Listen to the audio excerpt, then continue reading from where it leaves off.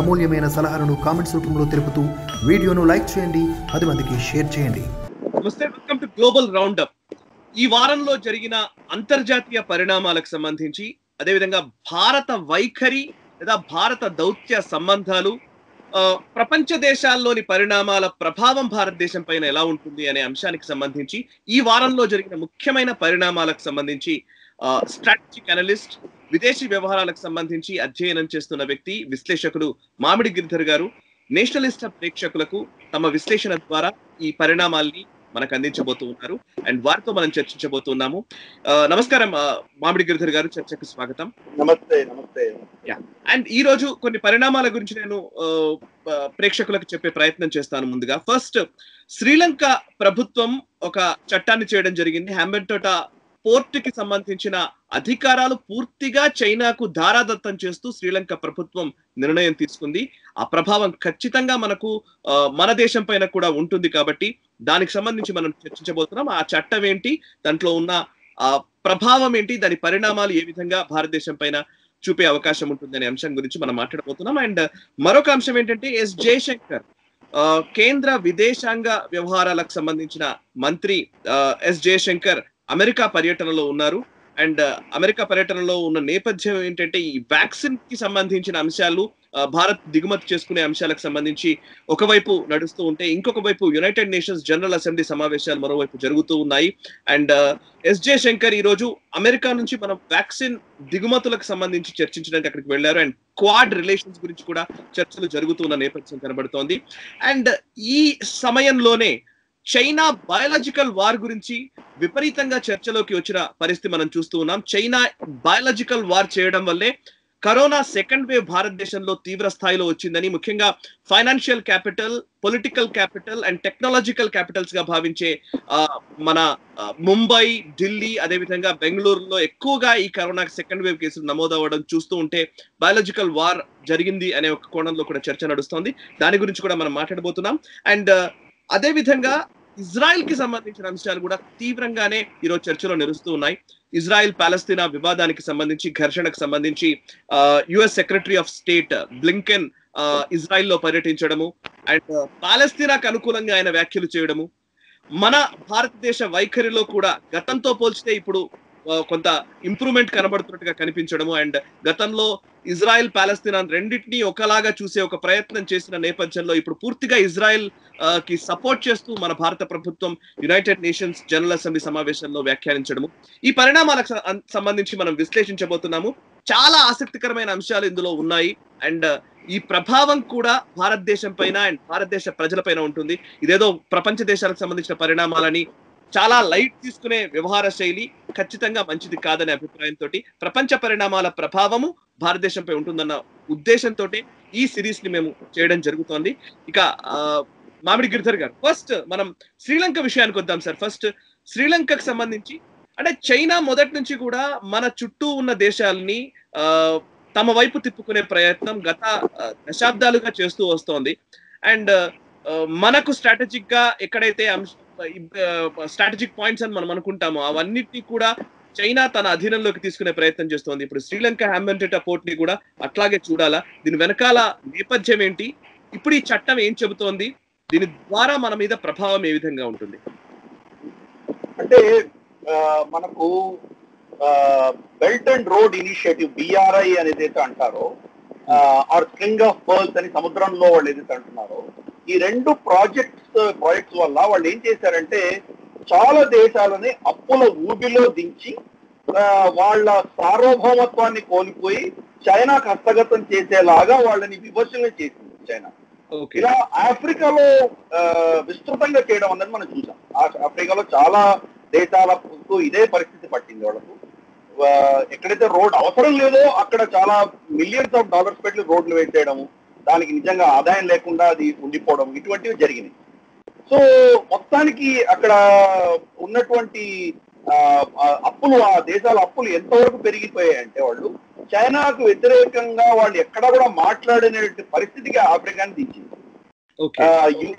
United nations general అసెంబ్లీలో ఈ corona virus కు సంబంధించి కొంత చర్చ జరిగినప్పుడు చైనా మీద ఒత్తిడి తీసుకొచ్చేటువంటి రెజల్యూషన్స్ వచ్చినప్పుడు చైనాకు మద్దతుగా ఆఫ్రికన్ దేశాలన్నీ నిలబడ్డాయి.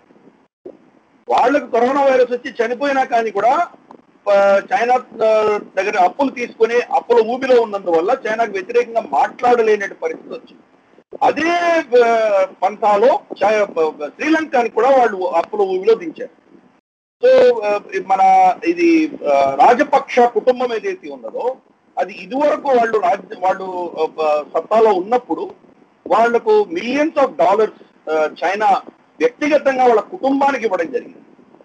వాళ్ళ కుటుంబం దానివల్ల లబ్ధి పొందడం అంటే మీరు మీ కాన్స్టిట్యూషన్ లో ఖర్చు పెట్టుకోండి, మీరు ఏం చేస్తారో చేసుకోండి అని చెప్పి వాళ్ళకి ఇవ్వడం జరిగింది. సో ఇది ఒక చైనా యొక్క ఒక టెక్నిక్ అనమాట. వాళ్ళు చేసేటువంటి ఈ ఏదైతే ఎక్స్పాన్షనిజం ఉందో దాంట్లో ఒక టెక్నిక్ ఇది వాడతారు. వాళ్ళు ఏం చేస్తారంటే ప్రతి దేశంలో వెళ్ళడము, ఆ దేశంలో కీలకమైన నిర్ణయాలు తీసుకున్నటువంటి వ్యక్తులు ఎవరైతే ఉన్నారో, నేతలు ఎవరైతే ఉన్నారో వాళ్లకు ధనం ఎర చూపించో లేదా ఇంకేదో ఇతరత్ర వాళ్ళకు ప్రలోభాలు పెట్టో వాళ్ళని కొనేసుకుంటారు ముందర. అలాగే మీడియాను కొనుక్కోవడం, అలాగే టెక్నాలజీ జైంట్స్ ని కొనుక్కోవడం. ఇప్పుడు మనం చూస్తే మనకు భారతదేశంలో ట్విట్టర్ తో ఇంత పెద్ద గొడవ జరుగుతుంది. ట్విట్టర్ కానీ, ఫేస్బుక్ కానీ, గూగుల్ కానీ, ఇన్స్టాగ్రామ్ కానీ చైనాలో లేవు. కానీ చైనాకు విరుద్ధంగా ఎవరైనా మాట్లాడితే మాత్రం వీళ్ళందరికీ కోపం వచ్చేస్తుంది. యాక్చువల్ గా ఫేస్బుక్ లో ల్యాబ్ వైరస్ ల్యాబ్ లో పుట్టింది అని ఎవరైనా కనుక పోస్ట్ పెడితే వాళ్ళ పేజీలు బ్లాక్ చేసింది ఫేస్బుక్ చాలా రోజులు. ఓకే, ఇప్పుడు కొత్త రివిలేషన్స్ వచ్చి బహుశా ల్యాబ్ లో వచ్చి ఉండొచ్చేమో అని చర్చ జరుగుతుంటే ఇప్పుడు పరిమితి ఇస్తున్నారు. అంటే వాళ్ళకు చైనాలో బిజినెస్ లేదు, చైనాలో వాళ్ళకు ఆదాయం రావట్లేదు. చైనా నుంచి ఆదాయం భారతదేశం లాంటి దేశాల నుంచి వస్తాం. అయినా మనం చెప్పేది వినరు, చైనా చెప్పేది వింటారు. విడ్డూరంగా ఉంటుంది కదా. అది ఎందుకు అంటే ఫేస్బుక్ కావచ్చు, ట్విట్టర్ కావచ్చు, అలాగే ఇతర టెక్నాలజీ కావచ్చు, అలాగే మీడియా జైంట్స్ మీకు న్యూయార్క్ టైమ్స్ కావచ్చు, వాషింగ్టన్ పోస్ట్ కావచ్చు, చాలా ఇటువంటి సంస్థలలో ఉన్నటువంటి కీలకమైన నిర్ణయం తీసుకునేటువంటి వ్యక్తులకు విపరీతంగా ధనం ఇవ్వడము, లేదా వాళ్ళకు ఉన్నటువంటి వ్యసనాలని వాళ్ళు ఆసరాగా తీసుకొని దాన్ని వాళ్ళు వాడుకోవడం లాంటివి చేయడం. అలాగే పొలిటికల్ లీడర్స్ కూడా, అలాగే దేశంలో ఉన్నటువంటి చాలా పార్టీస్ అంటే మీకు పాలకపక్షం కాకపోయినా మనకు అపోజిషన్ పార్టీలో కూడా అదే వాళ్ళు చేస్తుంటారు. మనకు భారతదేశం కూడా చూసాము, కాంగ్రెస్ పార్టీను తర్వాత సిసిపి ఇద్దరు ఒక ఒప్పందం కుదుర్చుకున్నారు. దాని దృష్ట్యాన మనం చూస్తే చైనా ఏం మాట్లాడాలో ఇక్కడి అపోజిషన్ పార్టీస్ అవే మాట్లాడుతున్నాయి. కాంగ్రెస్ కావచ్చు, రాహుల్ గాంధీ ట్వీట్స్ అన్ని చూస్తే మోరల్లెస్ అవే ఉంటున్నాయి. ప్రతి దానిని భ్రష్టు పట్టించే విధంగా మాట్లాడడం, రఫేల్ కి సంబంధించి కావచ్చు, సిఏకి సంబంధించి కావచ్చు, ఆర్టికల్ 370కి సంబంధించి కావచ్చు, ఇప్పుడు వ్యాక్సిన్ కావచ్చు, కరోనా వైరస్ కావచ్చు, ప్రతి దాంట్లో కూడాను మేము ప్రభుత్వానికి వ్యతిరేకంగా మాట్లాడుతున్నాము అన్న ముసుగులో దేశానికి వ్యతిరేకంగా మాట్లాడేటువంటి ప్రక్రియ ఈరోజు మనం చూస్తున్నాం. సో దీనికి అన్నిటికీ నేపథ్యం వాడు కొనుక్కోవడం. శ్రీలంకలో అదే చేశారు. శ్రీలంకలో ఆ పరిస్థితి వచ్చినప్పుడు వాళ్ళు అతని అప్పు తీర్చుకోలేని పరిస్థితిలో అంబన్ తోట ఓడరేవుని వాళ్ళు 99 ఏళ్ల కౌలుకి ఇచ్చేసారు, అంటే లీజ్కి ఇచ్చారు చైనాకి. సో అక్కడ షిప్పులు రావు, ఎందుకంటే పక్కనే కొలంబో పోర్ట్ ఉన్నది. కొలంబో పోర్ట్ చాలా బిజీ పోర్ట్. లేదా దక్షిణంలో వెళ్ళాలంటే మీకు అక్కడ మీకు క్యాండీ ఇటువంటి చాలా క్యాండీ వచ్చేసి ఈస్ట్ కోస్ట్ లో ఉంది. తర్వాత సౌత్ లో మీకు వేరే ఇతరత్ర 1-2 పోర్ట్స్ ఉన్నాయి. మీకు ఓవరాల్ గా చూస్తే కనుక మీకు అంబన్ తోట అనేది ఒక ఎక్సెస్ పోర్ట్ కదా, అవసరం. ఇది వాళ్ళకు అవసరం లేనిది వాళ్ళకు హస్తగతం చేసి వాళ్ళని అప్పుల్లో దించి వాళ్ళ సార్వభౌమత్వాన్ని చైనాకు హస్తగతం చేసేలాగా చేసింది చైనా. సో మళ్ళీ మన గత సంవత్సరంలో జరిగిన ఎన్నికల్లో రాజపక్ష కుటుంబం మళ్ళీ తిరిగి రావడం, గౌటబ్య రాజపక్ష, మహింద రాజపక్ష సోదరుడైన అతను ఇప్పుడు పవర్ లోకి వచ్చాడు కాబట్టి రాజపక్షాల అందరికీ కూడా ఎక్కడ పైసలు ఎలా ముట్టాలో అలా ముట్టినాయి కాబట్టి వాళ్ళు 99 ఏళ్ళు లీజ్ ఇవ్వడమే కాదు, ఇంతకంటే ముందర రాజపక్షాలు రాక ముందర ఉన్నటువంటి ప్రభుత్వంతో భారతదేశం కొంత దీన్ని స్మూత్ అవుట్ చేసే ప్రక్రియ చేసింది. హమ్మన్ తోటలో ఉన్నటువంటి ఎయిర్పోర్ట్ ని మనం టేక్ ఓవర్ చేసాం, భారతదేశం టేక్ ఓవర్ చేసింది. అది ప్రపంచంలో ఏకైక ఎయిర్పోర్ట్, రోజుకి ఒక ఫ్లైట్ కూడా రానటువంటి ఎయిర్పోర్ట్. కానీ దాని మెయింటెనెన్స్ భారతదేశం తీసుకుంది. ఎందుకు అంటే అక్కడ మన లిజనింగ్ పోస్ట్ అంటాం, అంటే మన టెక్నాలజీ పరంగా మనం మన శాటిలైట్ కావచ్చు, మన యంత్రాలన్నీ పెట్టి హంబన్ తోటలో ఎవరు వస్తున్నారు, షిప్లు వస్తున్నాయా లేదా సబ్మరీన్స్ వస్తున్నాయా, అక్కడ ఏం జరుగుతుంది అని పసిగట్టడానికి మనం అక్కడ లిజనింగ్ పోస్ట్ పెట్టుకోవాలని చెప్పి దాన్ని మన కంట్రోల్లో తీసుకున్నాం. హంబన్ తోట ఎయిర్పోర్ట్ ఆదాయం లేకపోయినా కానీ కూడా మనం తీసుకున్నాం. కానీ మళ్ళీ రాజపక్ష సోదరులు పవర్ లోకి రాగానే ఇప్పుడు ఏం చేశారంటే వాళ్ళు ఒక చట్టం తీసుకొచ్చారు. పోర్ట్ హంబన్ తోట పోర్ట్ లా ఒకటి తీసుకొచ్చి ఈ పోర్ట్ ని మోర్ ఆర్ లెస్ దీని మొత్తాన్ని దీని సార్వభౌమత్వాన్ని చైనాకు అప్పచెప్పారు. అంటే ఈ పోర్ట్ పరిధిలో చైనాలో ఏమేం చేయగలరో అవన్నీ ఇక్కడ కూడా చేయొచ్చు. అంటే ఫర్ ఇన్స్టెన్స్ వాళ్ళ కరెన్సీ యువాన్ అన్న కరెన్సీ ఏదైతే ఉన్నదో చైనీస్ కరెన్సీ హంబన్ తోటలో పనిచేస్తుంది. ఇప్పుడు మన భారతదేశంలో వెళ్ళి మనం రూపాయలు కాకుండా డాలరో లేదా మనకు పౌండ్సో లేదా యూరోనో మనం కనుక బయట మార్కెట్లో ఇస్తే దాన్ని చెల్లదు. భారతదేశంలో ఓన్లీ రూపాయలు చెల్లుతాయి. మీరు వేరే కరెన్సీ తీసుకొస్తే దాన్ని ఆర్బీఐకి సరెండర్ చేసి దాన్ని ఎక్స్చేంజ్ చేసుకొని, అంటే ఆర్బీఐ వల్ల లైసెన్స్ ఉన్నటువంటి మనీ ఎక్స్చేంజర్ దగ్గర మీరు తీసుకొని రూపాయల్లో ఖర్చు పెట్టుకోవాలి. అది ఇక్కడ ఉన్నటువంటి పద్ధతి. అన్ని దేశాలు అలాగే ఉంటుంది. కొన్ని దేశాల్లో dual currency, multiple currency permitted. For instance Gulf లో డాలర్ ఇవ్వచ్చు, ఎందుకంటే డాలరు అవి పెగ్ అయి ఉన్నాయి కాబట్టి. కానీ ఇక్కడ ఏం చేశారంటే శ్రీలంకన్ రూపీ అన్నది డాలర్ కి పెగ్ కాలేదు.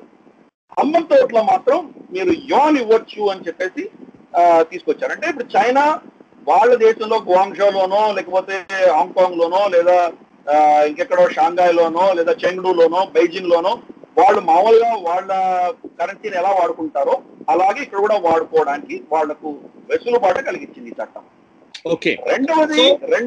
రెండవది ఈ పోర్ట్ లోకి రావాలంటే శ్రీలంకన్ సిటిజన్స్ కూడా పాస్పోర్ట్ తీసుకొని దాని పర్మిషన్ ఏంది లోపల రావడానికి వీల్లేదు. సో ఎఫెక్టివ్లీ ఏమైందంటే మీరు చైనీస్ టెరిటరీకి వెళ్తున్నారు. శ్రీలంకన్ పౌరుడు అయినా కానీ కూడా మీ దేశంలోనే మీరు వెళ్ళడానికి చైనా పర్మిషన్ లేదు, లోపలికి వెళ్ళలేదు. సో ఎఫెక్టివ్ గా ఈ పోర్ట్ లో ఉన్నటువంటి సర్వ అధికారాలని కూడా చైనాకు హస్తగతం చేసింది శ్రీలంక. మనం చూస్తే హంబన్ తోట మన కన్యాకుమారి నుంచి 300 కిలోమీటర్ల కంటే తక్కువ దూరంలో ఉంది. వాళ్ళ దగ్గర ఉన్న ఇన్స్ట్రుమెంట్స్ ఎంత పవర్ఫుల్ గా ఉంటాయంటే మన దక్షిణ ప్రాంతంలో తమిళనాడు, కేరళలో ఉన్నటువంటి మన ఓడరేవులు కావచ్చు, మన సెక్యూరిటీ ఇన్స్టలేషన్స్ కావచ్చు, మనకి ఏమేమి ఉన్నాయో వాటిని అన్నిటి కూడా మనకు జరిగేటువంటి కాన్వర్సేషన్, టెలికమ్యూనికేషన్స్ ఇవన్నీ కూడా వాడు రికార్డ్ చేయొచ్చు. సో మన సీక్రెట్స్ అన్ని కూడా ఇప్పుడు వాళ్ళ హస్తగతం అయిపోయింది. ఇది మనకు వచ్చినటువంటి పెద్ద పెను ముప్పు. దీన్ని మనం నివారించలేమా అంటే ప్రతి దేశం మనం చెప్పినట్టు వినాలని రూల్ లేదు. చైనా యొక్క ఒత్తిడి వల్ల వీళ్ళందరూ ఎలా ప్రవర్తిస్తున్నారు. నేపాల్ చిన్న దేశం ఎలా ప్రవర్తించిందో చూసాం మనం. అలాగే బంగ్లాదేశ్ లో కూడా వాళ్ళు ఇటువంటి కార్యక్రమం చేసే ప్రయత్నం వాళ్ళు చేస్తున్నారు. బంగ్లాదేశ్ లో వాళ్ళ డిఫెన్స్ మినిస్టర్ వచ్చి క్వాడ్ని తిట్టిపోయాడు. క్వాడ్ని తిట్టడమే కాదు, బంగ్లాదేశ్ వార్నింగ్ ఇచ్చాడు, మీరు కనుక క్వాడ్లో చేరారంటే మేము ఊరుకోమని చెప్పి బంగ్లాదేశ్ వార్నింగ్ ఇచ్చాడు. బంగ్లాదేశ్ సరిహద్దులు చైనాతో కలవు. అయినా కానీ కూడా కింద చైనా, పైన టిబెట్, కింద నుంచి బంగ్లాదేశ్ రెండు కలిపి చికెన్స్ నెక్కిని వాళ్ళు కంట్రోల్ తీసుకునేటువంటి పరిస్థితుల్లో వాళ్ళు బంగ్లాదేశ్ లో కూడా పావులు కదులుతున్నారు. సో మన చుట్టూతున ఉచ్చు బిగించేటువంటి ప్రక్రియలో వాళ్ళు ఎంతైనా ధనం వెచ్చించడానికి సిద్ధంగా ఉన్నారు. దాని భాగంగానే ఈ చట్టం వచ్చింది నేను భావిస్తున్నాను.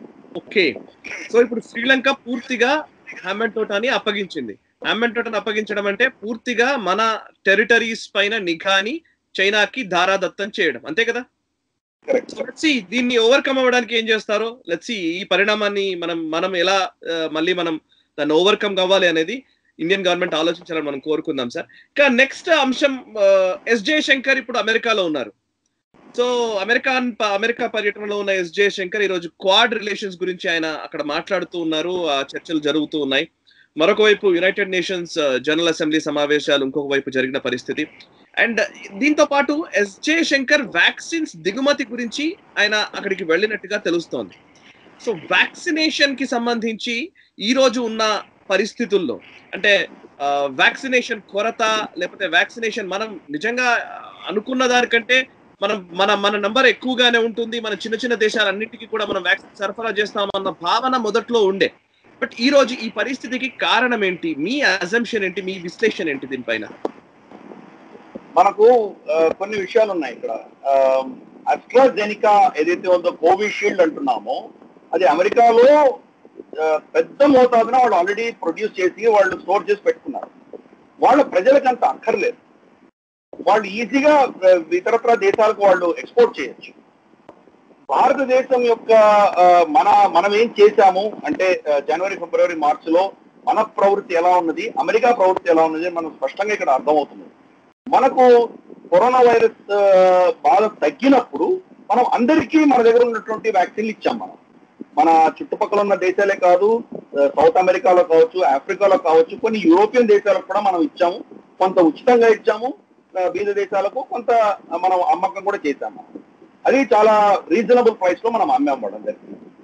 అమెరికా అలా కాకుండా అమెరికా ఎక్స్పోర్ట్ ఒక్క భయాలు కూడా ఎక్స్పోర్ట్ చేయకుండా అంతా వాళ్ళ కోసమే పెట్టుకున్నారు. మా ప్రజలు మేము ట్రీట్మెంట్ చేస్తే కానీ ఇంకొకరికి ఇవ్వము అని చెప్పి వాడు కూర్చున్నారు. కానీ ఈ సైంటిఫిక్ ఎలా ఉంటుందంటే సైన్స్ కి సంబంధించి, టెక్నాలజీకి సంబంధించి, వ్యాక్సిన్ కి సంబంధించి, వైరస్ కి సంబంధించి సరిహద్దులు పనిచేయవు. ఎక్కడో వుహాన్ లో లీక్ అయిందో లేదా వాళ్ళు గబ్బిళాలు తిన్నారో ఏదో దేని వల్ల వచ్చిందో అక్కడ ఏదో జరిగితే ఎక్కడో తిరునల్వేలి డిస్ట్రిక్ట్ లో, ఎక్కడో కుంభకోణంలో, ఎక్కడో ఈటానగర్ లో ఇక్కడ ప్రజలు ఎందుకు చచ్చిపోతున్నారు, ఇక్కడ వీళ్ళకి ఎందుకు రోగాలు వస్తున్నాయి? సో బార్డర్స్ అల్లో పనిచేయవు. అది అమెరికా పాలసీ మేకర్స్ అర్థం కాదు. ఎందుకంటే వాళ్ళకి ఒక మేము చాలా పెద్దవాళ్ళం, గొప్పవాళ్ళం, మేము బతికితే మిగతా అందరూ బతుకుతారు అన్నటువంటి యాటిట్యూడ్. ఎందుకు వాళ్ళ వైట్ హౌస్ స్పోక్స్ పర్సన్ భారతదేశానికి ఎందుకు మీరు రా మెటీరియల్ ఆపేశారు అని ప్రశ్నిస్తే ఆవిడ ఇచ్చిన సమాధానమే ఇది. ఏది అమెరికాకి మంచిదో ప్రపంచానికి అదే మంచిది అని ఆవిడ సమాధానం ఇచ్చింది. అంటే మేము వాళ్ళకి ఇవ్వము అని చెప్పింది. అంటే వాళ్ళు అంత నిజంగా చెప్పాలంటే రేసిస్ట్ అనే చెప్పాలి. వాళ్ళు మేము ప్రొటెక్ట్ అయితేనే మిగతా దేశం ప్రపంచం గురించి మేము ఆలోచన చేస్తాం అనే ఒక భావన. మరి అలాంటప్పుడు మీరు ప్రపంచంలో ఎక్కడ ఏం జరిగినా వెళ్ళి మీరు ఇంటర్వ్యూన్ అవుతారు కదా, దానికి మీరు ఎవరు హక్కు ఇచ్చాడు?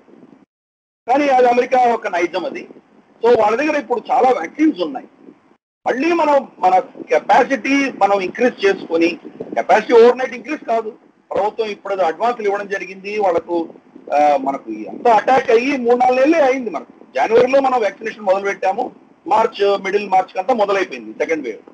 So April first week, second week దాకా వ్యాక్సినేషన్ చాలా వేస్ట్ వృధా అయింది. 23-24% వేస్ట్ అయింది. ఇప్పుడు కూడా పంజాబ్ ఎంత వేస్ట్ చేసింది, మధ్యప్రదేశ్ ఎంత, మన రాజస్థాన్ ఎంత వేస్ట్ చేసింది, మహారాష్ట్ర పెద్ద లిస్ట్ ఉన్నాయి కదా, మనం చూస్తూనే ఉన్నాం మనం. సో ఈ నేపథ్యంలో మనకు షార్టేజ్ రావడంతో మనం ఈ కంపెనీలు ఏవైతే ఉన్నాయో, సీరమ్ ఇన్స్టిట్యూట్ కావచ్చు లేదా మన భారత్ బయోటెక్ కావచ్చు, వీళ్లకు అదనంగా మనం అడ్వాన్సులు ఇచ్చి వాళ్ళని కెపాసిటీ ఎక్స్పాండ్ చేయమన్నాం. కెపాసిటీ ఓవర్ నైట్ ఎక్స్పాండ్ అవ్వదు. మీకు టెక్నీషియన్స్ కావాలి, ఆ టెక్నాలజీ తెలిసినటువంటి వ్యక్తులు కావాలి, దాన్ని చేయగలిగినటువంటి నైపుణ్యత ఉన్న వాళ్ళు ఓవర్ నైట్ రారు. మీరు బయట నుంచి ఎక్కడి నుంచో వాళ్ళని రిక్రూట్ చేసినా కానీ కూడా వాళ్ళకి ట్రైనింగ్ ఇవ్వాలి, క్వాలిటీ కంట్రోల్స్ ఉండాలి. ఏదంటే అది మనం ఇవ్వడానికి వీలు లేదు. సప్లై చైన్ పటిష్టంగా ఉండాలి.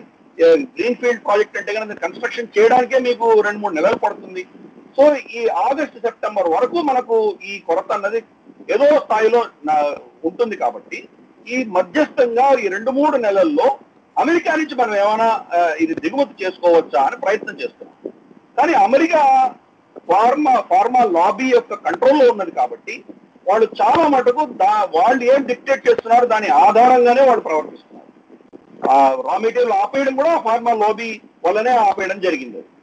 ఫైజర్ కావచ్చు, మోడర్నా కావచ్చు, జాన్సన్ అండ్ జాన్సన్ కావచ్చు, వాళ్లకు చైనా ఎలాగో వాళ్ళకి తీసుకోదు, అమెరికా, యూరోప్ కలిపితే కూడా భారతదేశం అంత లేదు. సో భారతదేశం చాలా కీలకమైన మార్కెట్ వాళ్ళు. సో దీన్ని వదులుకోలేరు. కానీ వాడు పెట్టిన షరతులు ఏవైతే ఉన్నాయో భారతదేశానికి నచ్చట్లేదు. సో ఈ విషయంలో చర్చలు జరపడానికి జయశంకర్ గారు అక్కడికి వెళ్ళారు. సో అమెరికాలో దీని గురించి చర్చ జరుగుతుంది. ఫైజర్ ఏమంటుందంటే ఒకవేళ దీనివల్ల ఎవరికైనా నష్టం వచ్చి ఏమైనా అయిందంటే మా మీద అటువంటి నష్టపు దావా వేస్తే మేము దానికి బాధ్యులం కాము అంటారు. అంటే మీరు వ్యాక్సిన్ ఇస్తారు కానీ దానికి మీకేం బాధ్యత లేదు. భారతదేశం అది ఒప్పుకోవట్లేదు. రెండవది, వాళ్ళు అమెరికాలోనో యూరోప్ లోనో టెస్టింగ్ చేశారు ఆ వ్యాక్సిన్, భారతదేశంలో టెస్ట్ చేయలేదు. ఒక్కొక్క పాపులేషన్ లో ఒక్కొక్కలా ప్రవర్తిస్తుంది. ఫర్ ఇన్స్టెన్స్ ఆఫ్రికాలో ఇచ్చిన వ్యాక్సిన్ భారతదేశంలో పనిచేయకపోవచ్చు. అలాగే అమెరికాలో చేసినటువంటి ఏదైతే వైరస్ ఇది మన వ్యాక్సినేషన్ ఉందో అది బహుశా చైనాలో ఏషియాలో పనిచేయకపోవచ్చు. సో ఏదైనా ఒక ప్రోడక్ట్ తీసుకొచ్చామంటే మనం అన్ని ప్రాంతాలలో టెస్ట్ చేసి అన్ని సెక్షన్స్ అంటే సంపన్నుల దగ్గర, పేదరికంలో ఉన్న వాళ్లకు, రోగాలు ఉన్న వాళ్లకు, రోగాలు లేని వాళ్లకు, బలవంతులకు, మిగతా బలం లేనటువంటి వాళ్ళకు డిఫరెంట్ యాంగిల్స్ లో నేను టెస్ట్ చేస్తే కానీ మనం దాన్ని నిజంగా అది పనిచేస్తుందని చెప్పలేము. అందుకని ఫైజర్ ని భారతదేశంలో టెస్ట్ చేయమని చెప్తున్నాం, వాళ్ళు ఒప్పుకోవట్లేదు. సో ఈ విషయాలన్నీ చర్చించడానికి జయశంకర్ గారికి వెళ్ళారు అక్కడికి. ఏదో ఒక మధ్యస్థంగా కొంత మనం సడలింపు ఇవ్వాలి, కొంత వాళ్ళు తగ్గాలి, ఎక్కడో ఒక మిడ్వే పాయింట్ కి వస్తే ఫైజర్ వ్యాక్సిన్ కూడా భారతదేశంలో త్వరలో వచ్చేటువంటి అవకాశాలు ఉన్నాయి. మనకు 4-5 వ్యాక్సిన్లు వస్తే కానీ దేశాన్ని మొత్తం తొందరగా వ్యాక్సినేట్ చేయలేము. సో ఈ 2 వ్యాక్సిన్స్ తోటే మనకు జరగదు. అది మూడవది స్పుట్నిక్ ఆల్రెడీ అప్రూవల్ ఇవ్వడం జరిగింది, రెడ్డీస్ ల్యాబొరేటరీ మ్యానుఫ్యాక్చరింగ్ చేస్తున్నది. ఈ 3 అయినా కానీ మనకు సరిపోదు. కాబట్టి జయశంకర్ గారి ట్రిప్ ఆ వ్యాక్సిన్ యొక్క చర్చల కోసం వెళ్ళారని మనం భావిస్తున్నాం.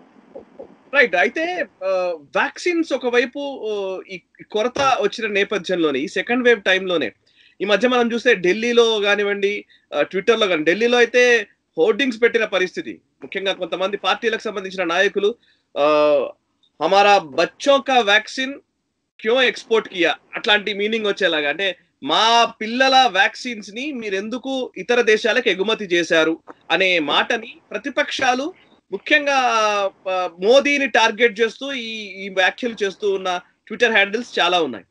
సో దీన్ని మీరు ఎట్లా చూస్తారా? నిజంగా మన దేశంలోని ప్రజలను కాదని బయట దేశాలకు ఇవ్వడం ఏంటి? ఇప్పుడు ఈవెన్ మన రాష్ట్రంలోని కొంతమంది మేధావులు కూడా, కొంతమంది మేధావులమని చెప్తున్న వాళ్ళు, ప్రొఫెసర్లుగా పనిచేసిన వాళ్ళు కూడా ఏం చెప్తున్నారంటే, అమెరికా వాళ్ళు అమెరికా ఫస్ట్ అన్నారు, భారతదేశం ఫస్ట్ అని అనుకోలేదా ఈ ప్రభుత్వం అని అడుగుతున్నారు. మీరేం చెప్తారు సార్ దానికి? ఇప్పుడు ఒక విషయం అర్థం చేసుకోవాలి. ప్రభుత్వం ఈ రోజు అప్రూవల్ ఇచ్చింది 18 ఏళ్ల పైబడినటువంటి భారత పౌరులకి వ్యాక్సినేషన్ చేయొచ్చు అని చెప్పి అప్రూవల్ ఇవ్వడం జరిగింది. 18 ఏళ్ళు రాగానే మన చట్టరీత్యా వాళ్ళు పిల్లలు కాదు, వాళ్ళు అడల్ట్స్ అయిపోతారు, పెద్దవాళ్ళు అవుతారు. సో ఇప్పటి వరకు ప్రపంచవ్యాప్తంగా రీసెర్చ్ జరిగింది, పెద్దవాళ్ళకు మాత్రమే రీసెర్చ్ జరిగింది. చిన్న పిల్లల్లో ఈ వ్యాక్సినేషన్ ఎలా ప్రభావం చూపుతుంది అన్నది ఇంకా రీసెర్చ్ జరుగుతోంది. వాళ్ళకి వ్యాక్సిన్స్ లేవు, పిల్లలకి వ్యాక్సిన్స్ లేవు ప్రస్తుతానికి. పిల్లల మీద అది ఎటువంటి సైడ్ ఎఫెక్ట్స్ చూపిస్తుంది అన్నది మనకు తెలియదు. కాబట్టి పిల్లలకి వ్యాక్సినేషన్ అనేది ఇంకా జరగలేదు. వీళ్ళు ముందస్తుగా ఎందుకు మా పిల్లలకి ఇవ్వలేదని చెప్తున్నారు? వాళ్ళు 18 వాళ్ళు పిల్లలైతే కాదు కదా. వీళ్ళు ఎందుకు చెప్తున్నారు?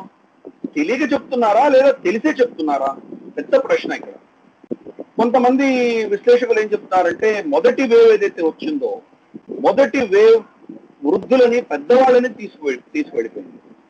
మాక్సిమం అప్పుడు గత సంవత్సరంలో చూస్తే కనుక అఫెక్ట్ అయింది పెద్దవాళ్ళు, అఫెక్ట్ అయింది. పెద్దవాళ్ళు తట్టుకునేటువంటి పరిస్థితి లేదు, అందుకే చాలా మంది పెద్దవాళ్ళు చనిపోయారు. ఇప్పుడు సెకండ్ వేవ్ వచ్చేసరికి పెద్దవాళ్ళు చాలా మటుకు తట్టుకోగలిగారు, అంతమంది పెద్దవాళ్ళు పోలేదని నన్ను. కానీ కంపారిటివ్ గా చూస్తే కనుక మధ్య వయసులో ఉన్నవాళ్ళు చాలా మంది చనిపోయారు. మనకు తెలిసిన వాళ్ళు చాలా మంది చిన్నవాళ్ళు, 40 ఏళ్ళు, 50 ఏళ్ళు, అంతకంటే 30 ఏళ్ళ వాళ్ళు ఎంతో మంది చనిపోయారు. సో మన చుట్టుపక్కల ఉన్నటువంటి మన మిత్రులలో, బంధువులలో ఇటువంటి వయసులో 60 ఏళ్ల కంటే తక్కువ ఉన్న వాళ్ళు చాలా మంది చనిపోయారు. సో రెండో దఫా వచ్చినటువంటి ఈ యొక్క ఏదైతే వైరస్ ఉన్నదో, సెకండ్ వేవ్ ఉన్నదో, ఇది మిడిల్ ఏజ్ వాళ్ళకి ఎక్కువ ఎఫెక్ట్ అవుతున్నట్టు మనం చూస్తున్నాం. మూడవ దఫా థర్డ్ వేవ్ వస్తుంది అని భారత ప్రభుత్వమే చెప్పింది, WHO చెప్పింది, అందరూ చెప్తున్నారు. ఈ రెండవ వేవ్ సమసిపోయి కొన్ని నెలల తర్వాత మూడో వేవ్ కూడా వచ్చే ప్రమాదం ఉంది అని చెప్తున్నారు. బహుశా మూడో వేవ్ వస్తే పిల్లల్ని దెబ్బతీస్తుందా తెలియదు మనకు. ఈ ట్రెండ్ చూస్తే అలాగే అనిపిస్తుంది మనకు. ఫస్ట్ వేవ్ లో పెద్దవాళ్ళు, సెకండ్ వేవ్ లో మధ్య వయస్కులు, సో థర్డ్ వేవ్ లో ఎవరికి అఫెక్ట్ అవుతుందంటే బహుశా చిన్నపిల్లల్ని అఫెక్ట్ చేయవచ్చు. సో చిన్న పిల్లలకి అఫెక్ట్ చేస్తుంది అని వీళ్ళకి ముందస్తుగా తెలుసా? ఈ విపక్ష నేతలకు, ఆమ్ ఆద్మీ పార్టీ కేజ్రీవాల్ లాంటి వాళ్ళు మా పిల్లలకి ఇవ్వకుండా సింగపూర్ కిందకి ఇచ్చావు, సింగపూర్ నుంచి వచ్చే వైరస్ మన పిల్లల్ని అఫెక్ట్ చేస్తుంది, దాన్ని అక్కడి నుంచి ఫ్లైట్లు ఆపేయింది అని చెప్పడము, ఇవన్నీ దేనికి సంకేతం? అంటే కేజ్రీవాల్ చిన్నవాడు కాదే, ఇన్కమ్ ట్యాక్స్ కమిషనర్ గా పనిచేసి వచ్చిన వాడు, IRS క్యాడర్ నుంచి వచ్చిన వ్యక్తి. ఆ మాత్రం తెలియదా చిన్నపిల్లలు అంటే 18 ఏళ్ల కంటే కింద ఉన్న వాళ్ళని తెలియదా? 18 ఏళ్ల లోపు ఉన్న వాళ్ళకి ప్రపంచవ్యాప్తంగా ఎక్కడా వ్యాక్సినేషన్ లేదు. అంటే ఇప్పుడు లైక్ మనం గతం నుంచి చూస్తున్నాం సార్, రాహుల్ గాంధీ కానివ్వండి, వీళ్ళు కానివ్వండి, ట్వీట్ చేసి నేను ముందే హెచ్చరించారని చెప్పడం. సో మనం ఫస్ట్ వేవ్ అప్పుడు కూడా చూసాము, ఫస్ట్ కరోనా కేసులు నమోదవుతున్న టైంలో కూడా రాహుల్ గాంధీ ముందే హెచ్చరించాడు. రాహుల్ గాంధీ హెచ్చరించాడు కానీ ప్రభుత్వం పట్టించుకోలేదు. ఇట్లాంటి మాటలు పదే పదే వింటున్నాం. ఇట్ ఈస్ లైక్ చాలా చైల్డిష్ గా, ఇమ్మెచ్యూర్ గా కనిపించినప్పటికీ కూడా బట్ పొలిటికల్లీ అట్లాంటి స్టేట్మెంట్స్ ప్రజల్లోకి వెళ్ళడం జరుగుతూ ఉంటది కదా. సో ఇప్పుడు రాబోయే రోజుల్లో థర్డ్ వేవ్ ని ముందే మేము హెచ్చరించామని చెప్పడానికి ఇది అంటే థర్డ్ వేవ్ ఏ రూపంలో రాబోతోందో మీకు ముందరే తెలుసు అంటే కనుక ఇవి వస్తున్నవన్నీ ఒక పద్ధతి ప్రకారం వస్తున్నాయని అనుకోవచ్చా? ఓకే, అలాగే మీరు ఇప్పటి నుంచే ట్వీట్లు మొదలెట్టారంటే ఇంకో టూల్ కిట్, మాకు తెలియని టూల్ కిట్ ఏమున్నదో అంతే కదా. ప్రజల్లో ఈ ప్రశ్న పుడుతుంది కదా. మూడో వేవ్ రాకముందరే, మూడో వేవ్ పిల్లల్ని అఫెక్ట్ చేయక ముందరే మీరు ఇప్పుడే దానికి మా పిల్లలకి కాకుండా మీరు వ్యాక్సిన్ ఎక్కడో ఇచ్చారు అని మీరు స్టేట్మెంట్లు ఇస్తున్నారు అంటే మూడో వేవ్ లో పిల్లలకి అఫెక్ట్ అవుతుందని మీకు ముందస్తుగా తెలుసా? తెలిసి మీరు ఈ ట్వీట్లు చేస్తున్నారా? రేపు నిజంగా పిల్లలకి అఫెక్ట్ అవుతే కనుక అవ్వారో చెప్పామని చెప్పడానికి సిద్ధంగా ఉన్నారా మీరు? ఓకే, పెద్ద ప్రశ్న. కాంగ్రెస్ పార్టీకి తర్వాత కమ్యూనిస్ట్ పార్టీ ఆఫ్ చైనాకి మధ్యలో MOU ఉన్నది కదా. ఆ MOUలో ఏం కంటెంట్ ఉందో మనకు తెలియదు. ఇప్పుడు ప్రశ్నలు పుడుతున్నాయి. మీరు ఏమైనా చైనా మీకు చెప్పబట్టి మీకు ఆ కంటెంట్ ప్రకారం వాళ్ళు మీకు ఎలా ప్రవర్తించాలని చెప్తే దానికి అనుగుణంగా మీరు ప్రవర్తిస్తున్నారే మాకు పెద్ద ప్రశ్నలు పుడుతున్నాయి. పిల్లలకు ఇప్పటిదాకా ప్రపంచ వ్యాప్తంగా ఏ దేశంలో వ్యాక్సిన్స్ ఇవ్వకుండా ఉన్నప్పుడు, దానికి రీసెర్చే ఇంకా ఫైనలైజ్ అవ్వనప్పుడు మా పిల్లలకు కాకుండా బయట మీరు ఇస్తున్నారని మీరు ఎలా ట్వీట్ చేస్తున్నారు? మీకేమి తెలియకుండా చాలా ఇన్నసెంట్ గా ట్వీట్ చేస్తున్నారు మమ్మల్ని అనుకోమంటారా? ఓకే, సో ఆబ్వియస్లీ దీంట్లో మనకు అర్థం కానిది గూడు పుటాని ఏదో తప్పకుండా ఉన్నది. ఇది అంత ఆషామాషిగా తీసి పడేటువంటి విషయం మాత్రం తప్పకుండా కాదు. నేను అదే అడుగుతున్నాను సార్. అంటే ఇది నిజంగా ఈ సెకండ్ వేవ్ ని అబ్జర్వ్ చేస్తూ ఉంటే, నంబర్స్ ని గమనిస్తూ ఉంటే, వస్తున్న స్టేట్మెంట్స్ ని చూస్తూ ఉంటే, ఒక్కసారిగా శ్మశాన పాత్రికేయుల్ని అబ్జర్వ్ చేస్తూ ఉంటే నాకు అనిపిస్తోంది. బేసికలీ నేను ఒక వీడియో చేశాను దీనికి సంబంధించి, చైనా బయాలజికల్ వార్ అనేది. సీరియస్లీ ఈ రోజున్న సెకండ్ వేవ్ భారతదేశంలో ఇంత ఉధృతంగా జరుగుతున్న పరిస్థితులను చూస్తూ ఉంటే అట్లాంటి పరిణామాలే ఉన్నాయేమో అనిపిస్తోంది. అండ్ ఇంకోటి, అమెరికాలో ఇప్పుడు లైక్ మన గ్లోబల్ రౌండ్ అప్ కాబట్టి ఇది యుఎస్ లో యాంటోనీ ఫౌసీని అమెరికన్ కాంగ్రెస్ లో ఆయనను ప్రశ్నలు అడిగిన పరిస్థితి మనం చూసాం. అండ్ రిపబ్లికన్ పార్టీకి సంబంధించిన సెనేటర్ ర్యాన్ పాల్ ఆల్రెడీ ఆయన మీ ఆధ్వర్యంలోనే చైనా వుహాన్ వైరాలజీ ల్యాబ్ కి $6 లక్షల వరకు వెళ్ళాయి 2014-19 మధ్య కాలంలో. అండ్ ఇది మ్యాన్ మేడ్ వైరస్ గానే వారు చెప్పడం జరిగింది. సో ఇప్పుడు ఈ నేపథ్యంలో అక్కడ యాంటోనియా ఫౌసీ కానివ్వండి, అదే యాంటోనియా ఫౌసీ భారతదేశాన్ని పైన విపరీతంగా వ్యాఖ్యలు చేస్తూ మాట్లాడుతూ ఉంటాడు. సో దానికి ఎక్కువ ప్రచారం కల్పిస్తూ ఉన్నారు ఇక్కడ భారతదేశంలో. సో సంథింగ్ ఎక్కడో డాట్స్ కనెక్ట్ చేస్తూ ఉంటే ఖచ్చితంగా బయాలజికల్ వార్ అనిపిస్తుంది. What do you say? మీరేం చెప్తారు? అండ్ మీ అనాలిసిస్ ఏంటి దీని మీద? యాంటోనీ ఫౌచి ట్రంప్ గారు ప్రెసిడెన్సీ ఉన్నప్పుడు ఆయనకు ఒక కీలకమైన సలహాదారుడు. అక్కడ దీన్ని ఏమంటారంటే మన ఈ వైరస్ కు సంబంధించినటువంటి వార్ రూమ్ యొక్క ఇన్ఛార్జ్ యాంటోనీ ఫౌచి. అంటే ట్రంప్ గారికి అప్పుడు అన్ని విషయాలు తెలుసున్నాయో లేదో, మరి ఇంటెలిజెన్స్ ఇచ్చారో లేదో మనకు తెలియదు. నేను ట్రంప్ ని బ్లేమ్ చేయట్లేదు, కానీ యాంటోనీ ఫౌచి యొక్క క్యారెక్టర్ మనం చూస్తే ఇందాక చెప్పినట్లు $6 లక్షల అంటే ఆయన స్వయంగా ఇవ్వలేదు, కానీ ఆయన అప్రూవల్ తోటి ఈ వైరాలజీ యొక్క రీసెర్చ్ కి ఆయన హెడ్ అధినేతగా ఉన్నప్పుడు అమెరికాలో దాన్ని ఏమంటారంటే గెయిన్ ఆఫ్ ఫంక్షన్స్ అంటారు. గెయిన్ ఆఫ్ ఫంక్షన్స్ అన్నటువంటి ఒక రీసెర్చ్ అంటే ఆల్రెడీ ఉన్న వైరస్ ని ఇంకా దాన్ని ఎంత ఉధృతంగా చేయవచ్చు, కృత్రిమంగా దాన్ని ఇంకా చాలా అంటే చాలా ఘోరమైన స్థాయికి ఎలా తీసుకువెళ్ళొచ్చు అన్నది రీసెర్చ్ చేస్తారు. మనకు చిన్న మలేరియా ఉండొచ్చు, మలేరియా ఒక సెల్లుని తీసుకొని దాంట్లో వీళ్ళు ఏదో సైంటిఫిక్ గా దాన్ని మార్పులు చేసి, మామూలుగా మలేరియా వస్తే కనుక మనిషికి ఏదో ఇంత జ్వరం వచ్చి క్లోరోక్విన్ తగ్గిపోవచ్చు, కానీ దాని యొక్క వైరస్ యొక్క కెపాసిటీని ఎంత పెంచగలరంటే మీకు ఈ రోజు ప్రపంచంలో ఉన్న ఏ మందు పనిచేయనంత వరకు పెంచి దాన్ని ఎలా హ్యాండిల్ చేయాలి అని ఒక రీసెర్చ్ చేయడం అన్నది ఇది గెయిన్ ఆఫ్ ఇదని చెప్పాను కదా నేను ఇప్పుడు. సో అది ఆ ఒక రీసెర్చ్ కి 3.2 మిలియన్ 3.1 మిలియన్ ఆయన ఫండింగ్ ఇచ్చారు. గెయిన్ ఆఫ్ ఫంక్షన్ 3.1 మిలియన్ ఆయన ఫండింగ్ ఇచ్చారు. ఆ ఫండ్స్ లో నుంచి ఆ ధనంలో నుంచి 6 లక్షలు మాత్రం దీనికండి వుహాన్ ల్యాబొరేటరీకి వెళ్ళడం జరిగింది.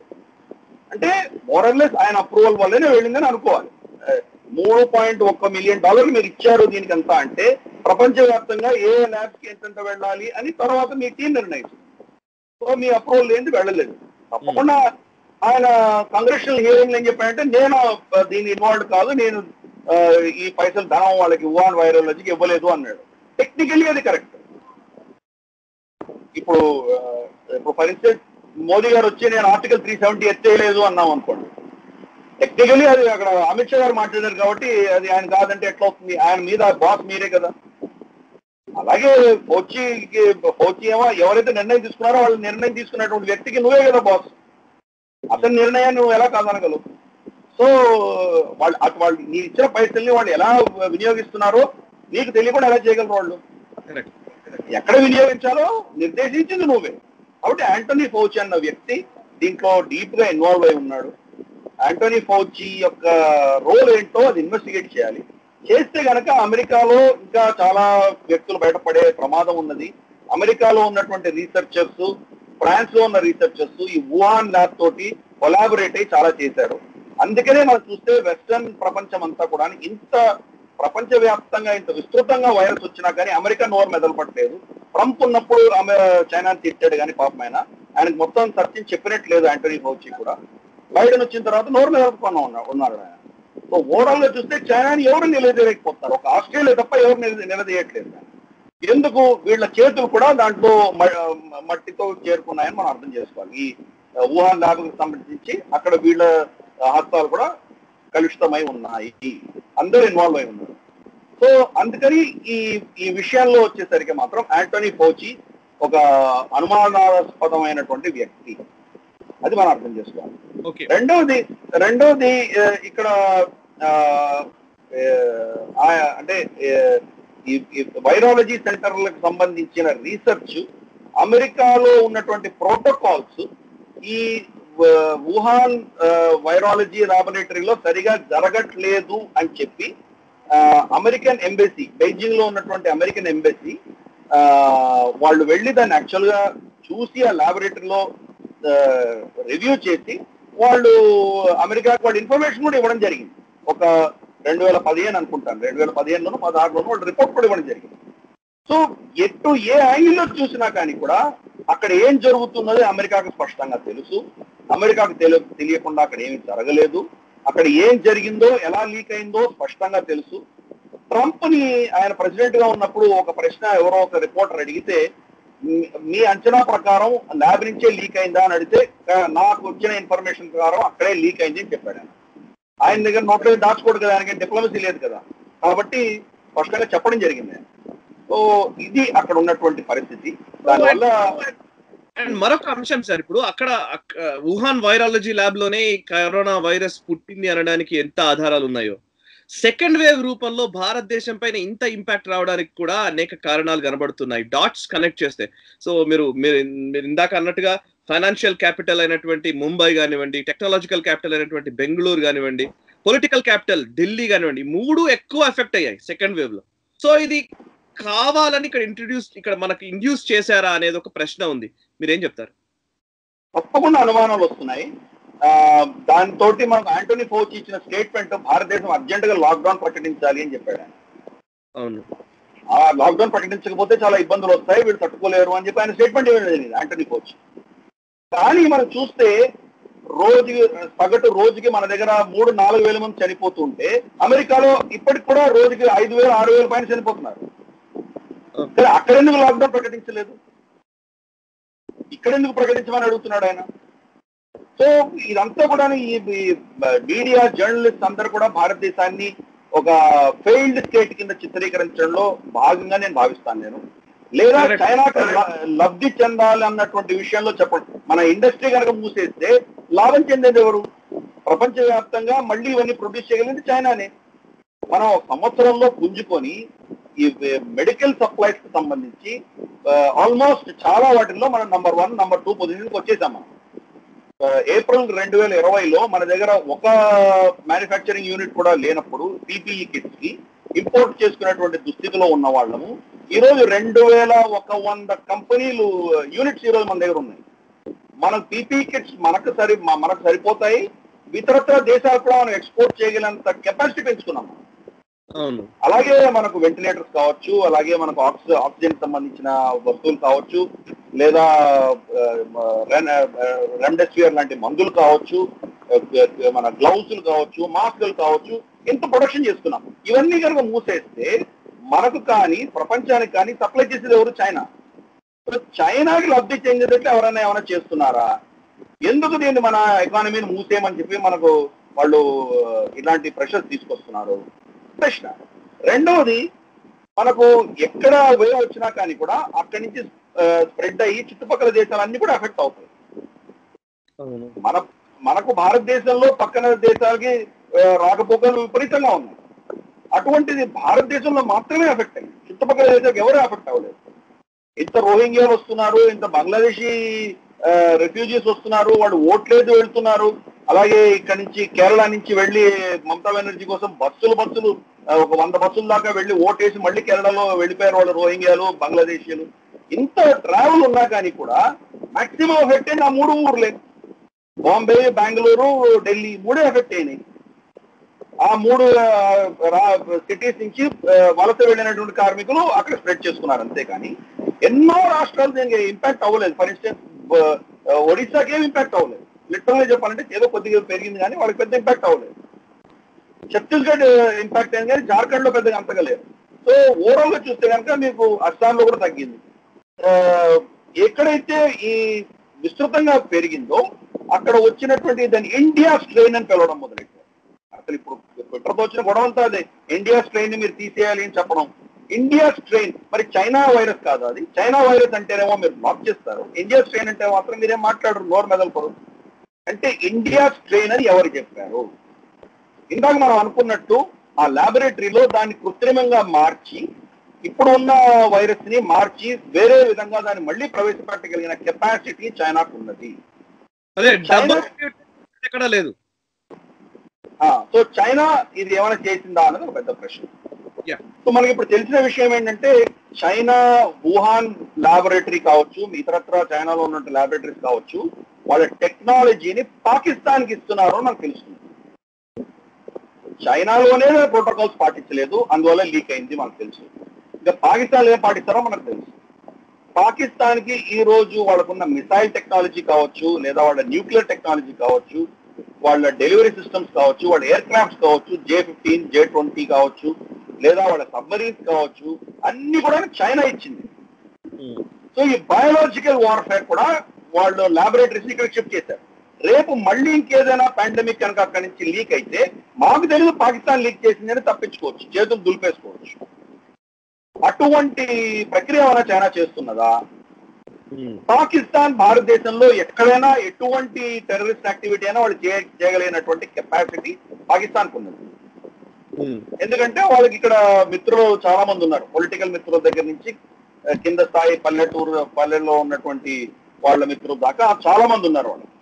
సో పాకిస్తాన్ తలుచుకుంటే భారతదేశంలో ఎక్కడికైనా వాళ్ళు ఏమైనా చేయగలరు, వాళ్ళకి ఆ కెపాసిటీ ఉన్నది.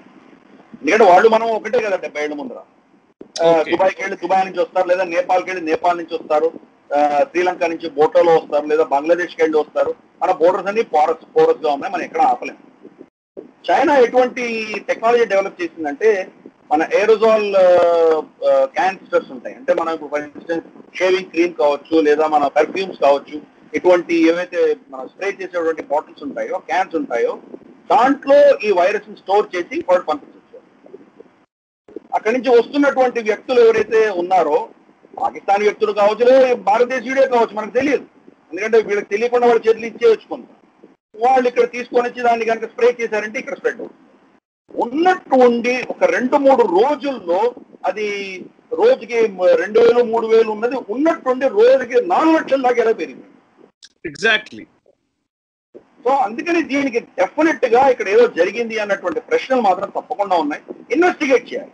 నిజంగా అలాగే జరిగింది అని ఎవరు చెప్పలేరు. ఇన్వెస్టిగేషన్ చేస్తే కానీ అక్కడ వచ్చే రిజల్ట్స్ చూస్తే కానీ ఆ వైరస్ మ్యూటేషన్ ఎందుకు జరిగింది, న్యాచురల్ గా జరిగిందా, కృత్రిమంగా చేయబడిందా, దాన్ని సపరేట్ గా ఇంట్రొడ్యూస్ చేశారా, న్యాచురల్ గా కనుక మ్యూటేషన్ అయితే ఎన్ని రోజులు పడుతుంది, ఇదంతా సైంటిఫిక్ గా స్టడీ చేస్తే కానీ చెప్పలేము. ప్రశ్నలు మాత్రం తప్పకుండా వస్తున్నాయి. మన ఎకానమీని మూసేసుకుని మన మొత్తం సిస్టమ్ అంతా కుదేలైపోతే కానీ లాభపడేది ఎవరు?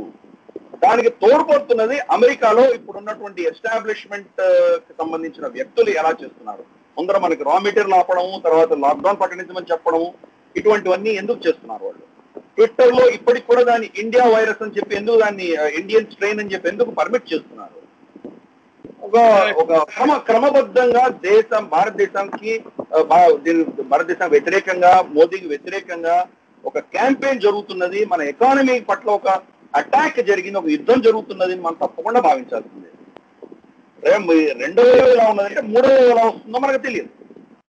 గత సంవత్సరం పీక్, మనకు చాలా పీక్ లోకి వెళ్ళిపోయిన అప్పుడు కూడా 2800 మెట్రిక్ టన్నులు మాత్రమే ఆక్సిజన్ మనకు అవసరం పడింది. ఇప్పుడు 2 వారాల్లో రమారని 7500 మెట్రిక్ టన్నులు అవసరం వచ్చింది. మన ఇన్స్టాల్డ్ కెపాసిటీ 3000 మెట్రిక్ టన్. తట్టుకునే పరిస్థితి లేదు మనకు. యాక్చువల్గా చైనాలో జరుగుతున్నటువంటిది నేను వీడియో పంపించాను, అది కూడా చూపిస్తే బాగుంటుంది, నీకు పంపించాను, చూసుకోవచ్చు. అది 2-3 కిలోమీటర్ల పొడుగు వాళ్ళు వ్యాక్సినేషన్ కోసం వెయిట్ చేస్తున్నారు. చాలా దుర్బలమైన పరిస్థితి చైనాలో ఉంది.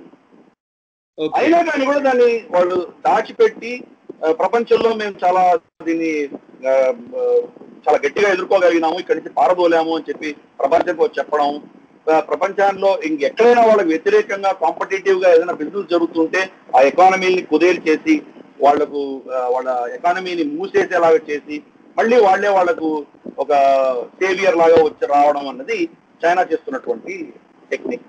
దీనికి ఈ రోజు అమెరికన్ ఎస్టాబ్లిష్మెంట్ కూడా తోడ్పడుతున్నది నేను భావిస్తున్నాను. ఓకే సార్, ఇక చివరిగా ఇజ్రాయెల్ ఇష్యూ గురించి కూడా మనం మాట్లాడదాం ఒక 5 minutes లో. ఇజ్రాయెల్ కి US secretary of state Blinken Israel కి వెళ్ళడం జరిగింది. ఇజ్రాయెల్ పాలస్తీనా ఘర్షణ వాతావరణం నేపథ్యంలో బ్లింకెన్ ఏమో కొంచెం పాలస్తీనా అనుకూల ధోరణిని ప్రదర్శించినట్టుగా కనిపించింది. భారతదేశం అంతకు ముందు ఇచ్చిన స్టేట్మెంట్ కి భిన్నంగా, అంతకు ముందు పాలస్తీనా ఇజ్రాయెల్ మధ్య కొంత ఒక డిప్లొమాటిక్ స్టేట్మెంట్ ఇచ్చిన భారతదేశం యునైటెడ్ నేషన్స్ జనరల్ అసెంబ్లీ సమావేశాల్లో మాత్రం తమ అభిప్రాయాన్ని చాలా నిక్కచ్చిగా ఇజ్రాయెల్ తరపున నిలబడుతున్నట్టుగా భారత ప్రభుత్వం స్టేట్మెంట్ ఇవ్వడం జరిగింది. ఈ 2 పరిణామాలని మీరు ఎట్లా చూస్తారు? అండ్ ఇంకోవైపు యునైటెడ్ నేషన్స్ కి సంబంధించిన మానవ హక్కుల విభాగమైనటువంటి యుఎన్హెచ్ఆర్సి ఇజ్రాయెల్ ని తప్పుపడుతూ స్టేట్మెంట్ ఇవ్వడం, ఈ మూడింటి గురించి మీ విశ్లేషణ చెప్పండి క్విక్ గా.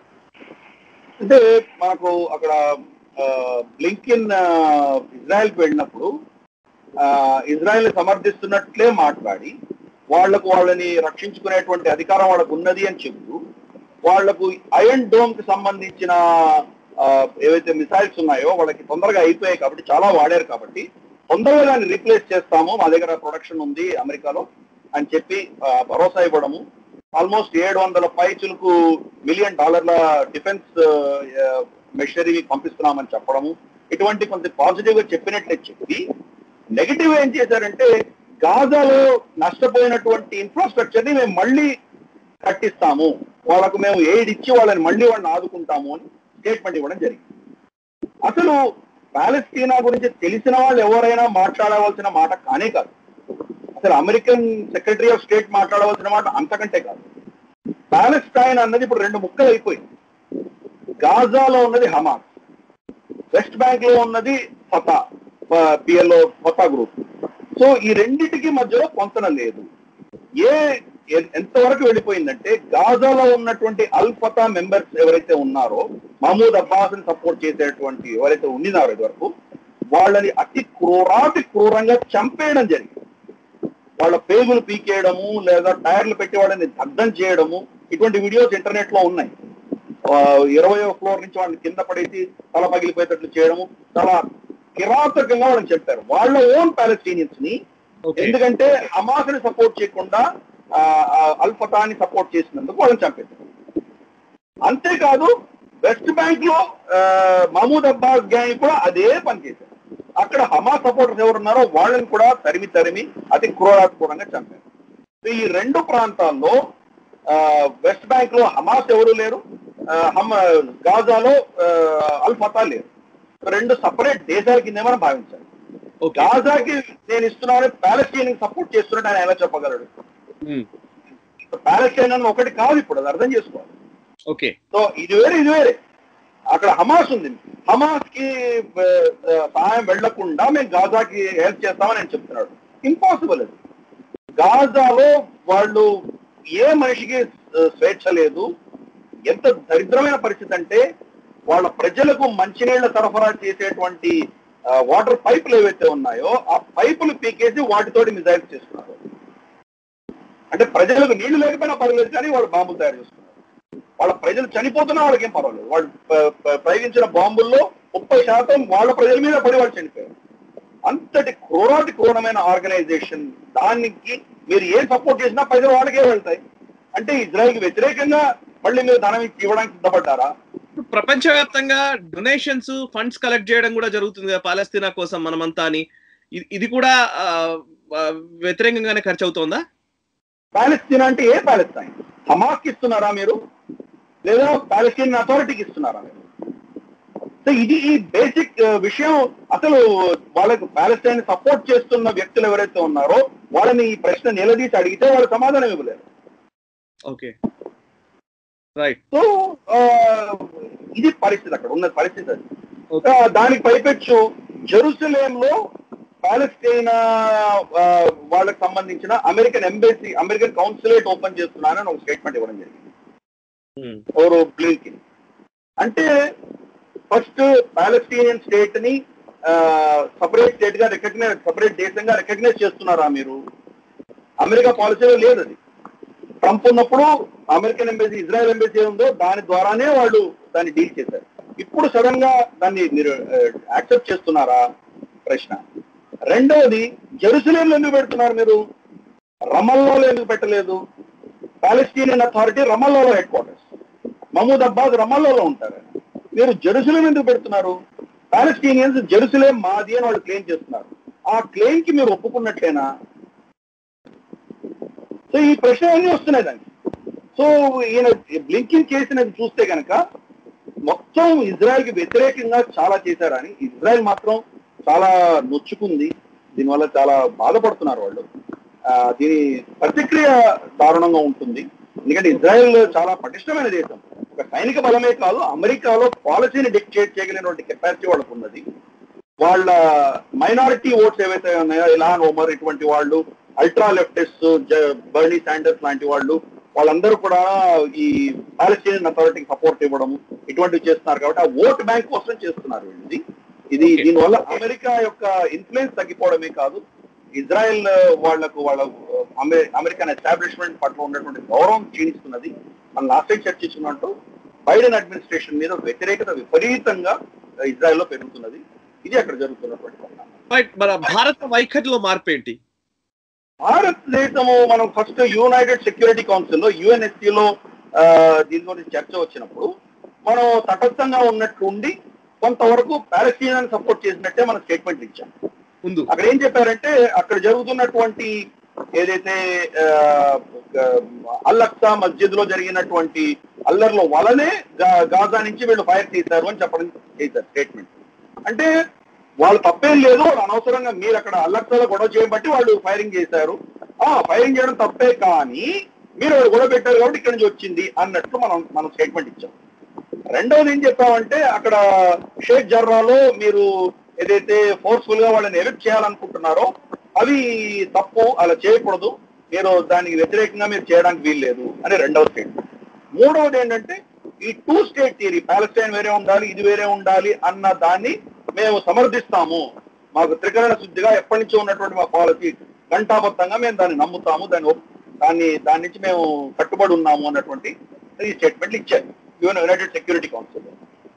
మే 16న ఆ స్టేట్మెంట్ ఇచ్చారు. 3-4 రోజుల్లో విపరీతమైన ఒత్తిడి, దేశవ్యాప్తంగా ప్రభుత్వాన్ని సమర్థిస్తున్నటువంటి వాళ్లే వ్యతిరేకత చూపించడంతో plus Israel prime minister Benjamin Netanyahu ఆయన ట్వీట్ లో భారతదేశం ఫ్లాగ్ పెట్టకపోవడము, ఇవన్నీ వచ్చేసరికి, ఎందుకంటే మనకు అంతకంటే పెద్ద మిత్రుడు ఎవరు లేరు ప్రభుత్వానికి. ఫైనల్ గా యంత్రాంగానికి అంటే ministry of external affairs Jaishankar గారి టీంలో వాళ్ళకి అప్పుడు కొంచెం జ్ఞానోదయం అయ్యి యునైటెడ్ నేషన్స్ జనరల్ అసెంబ్లీలో మళ్ళీ దాన్ని కరెక్ట్ చేసేటువంటి ప్రక్రియ చేశారు.